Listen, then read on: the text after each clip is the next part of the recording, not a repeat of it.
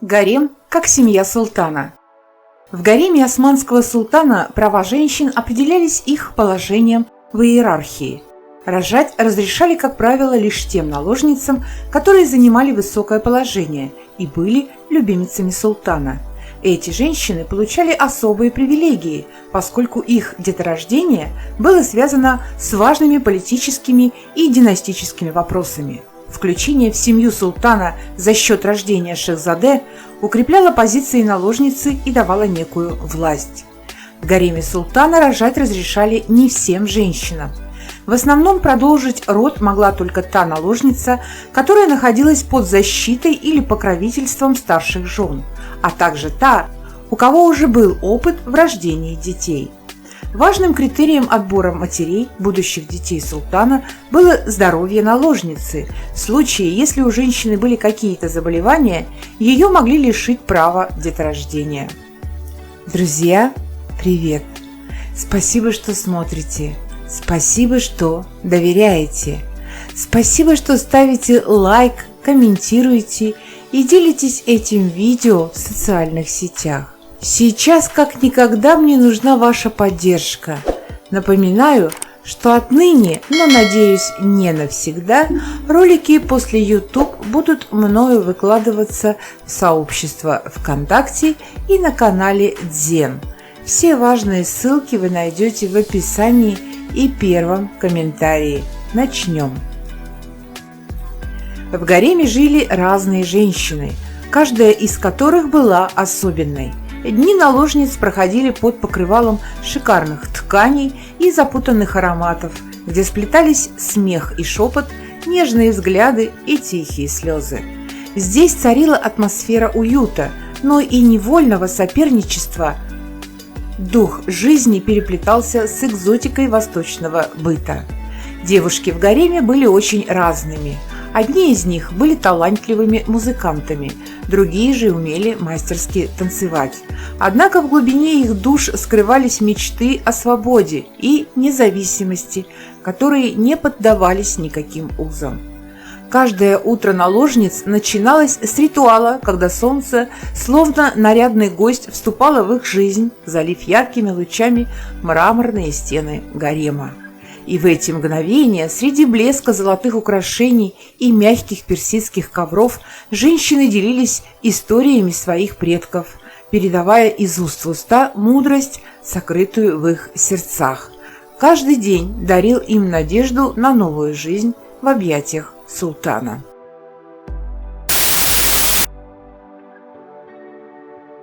Рождение детей. Если наложница султана рожала девочку, во дворце раздавался восторженный вздох. В этот миг радость и тревога переплетались в умах придворных. Конечно, девочка благословения, однако с ней приходили и новые заботы. Султан, окруженный роскошью и привычными жестами власти, поначалу ощущал легкое разочарование, ведь в его мечтах должен был появиться наследник шехзаде.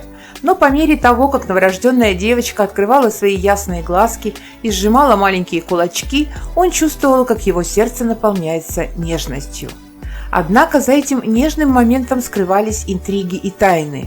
Другие наложницы, завидуя привилегиям новой матери, плели хитроумные замыслы, надеясь оказаться в благосклонности султана. Девочка могла стать либо желанной принцессой, либо мишенью для зависти, так как ее судьба круто изменилась бы в зависимости от решимости и мудрости, с которой относилась бы к ней ее мать. Волшебство этого мгновения обманчиво. Девочка, к которой неумолимо тянулась звезда, должна была вырасти в тени роскошного дворца, научившись обходить острые углы его интриг. Она будет выдана замуж по расчету и, возможно, даже не один раз. За все время существования Османской империи в реальности совсем единицы султанш смогли выйти замуж за любимого мужчину.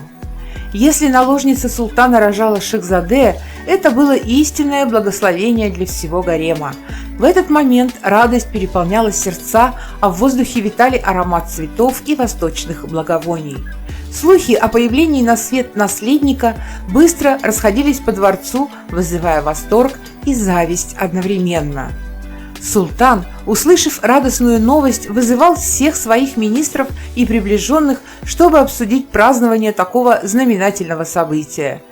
Сервировались пышные столы, звучали вечерние молитвы и торжественные песни о жизни и величии. Никакое золото и драгоценности не могли затмить счастье материнства, которое охватывало наложницу. Однако вместе с радостью приходило и беспокойство. Конкуренция среди наложниц усилилась. Каждая из них стремилась заслужить благосклонность султана, надеясь на подобную судьбу. В тени интриги и зависть плели свои паутины, но пока солнце светило на новорожденного, мир гарема оставался в состоянии кратковременного покоя и сплоченности, ожидая, что же принесет судьба этому младенцу, которого нарекли великой надеждой империи. Сокрытие факта беременности. Наложницы в исторические времена часто скрывали свою беременность, и на это было несколько причин. Прежде всего, такой обман был продиктован страхом перед возможными последствиями. Беременность могла означать не только радость материнства, но и соперничество с другими женщинами, посягательство на статус и привилегии. В гаремах, где множество женщин были связаны узами любви и зависти, беременность одной из наложниц могла вызвать бурю негодования, лжи, мести и даже убийства будущей матери. Но это не все причины, почему наложница скрывала свою беременность. Не всем детям султана суждено было родиться. Несмотря на то, что дворец падишаха был огромным, места в нем оказалось мало. Порой было очень трудно обеспечить отдельной комнатой фавориток султана, особенно если их было много. Кроме этого, нужно было учитывать и финансовую сторону. Фаворитки получали повышенную зарплату, дорогие подарки, посуду, мебель и другие привилегии.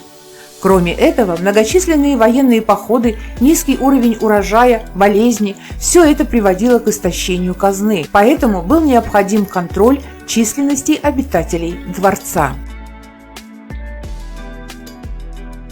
Как же обнаруживали нежелательные беременности?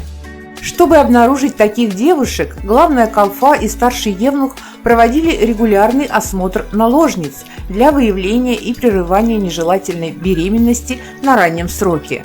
Так они контролировали рождаемость в гареме.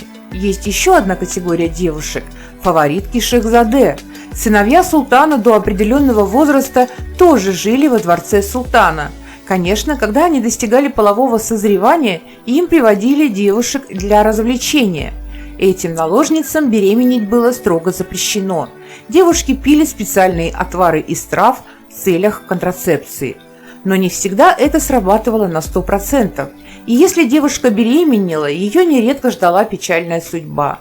В случае, если травы не помогали уберечь наложницу от беременности, то от неродившегося ребенка избавлялись весьма болезненными способами.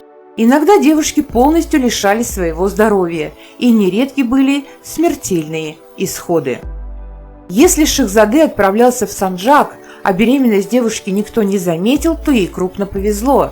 Ведь в отдельном дворце девушки из гарема наследника уже могли дарить ему детей.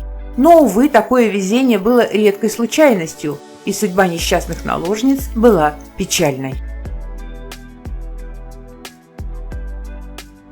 Официальная документация контроля и ограничения рождаемости появилась только при султане Абдул-Хамиде. Некоторые источники указывают на то, что такие меры ограничения соблюдали во времена правления султана Ибрагима Безумного, сына Валиды Кессем-Султан. Но стоит отметить, что большинство османских султанов стремились обзавести большим количеством детей. Практически никто из них не задумывался о трагической судьбе своих шехзаде, которая ожидала их после его смерти. А потому, мое личное мнение, никто особо не заботился о количестве рождаемости. Возможно, лишь это беспокоило султанов и администрацию в те моменты, когда голодала страна, когда катаклизмы терзали страну во все стороны, когда бушевала чума.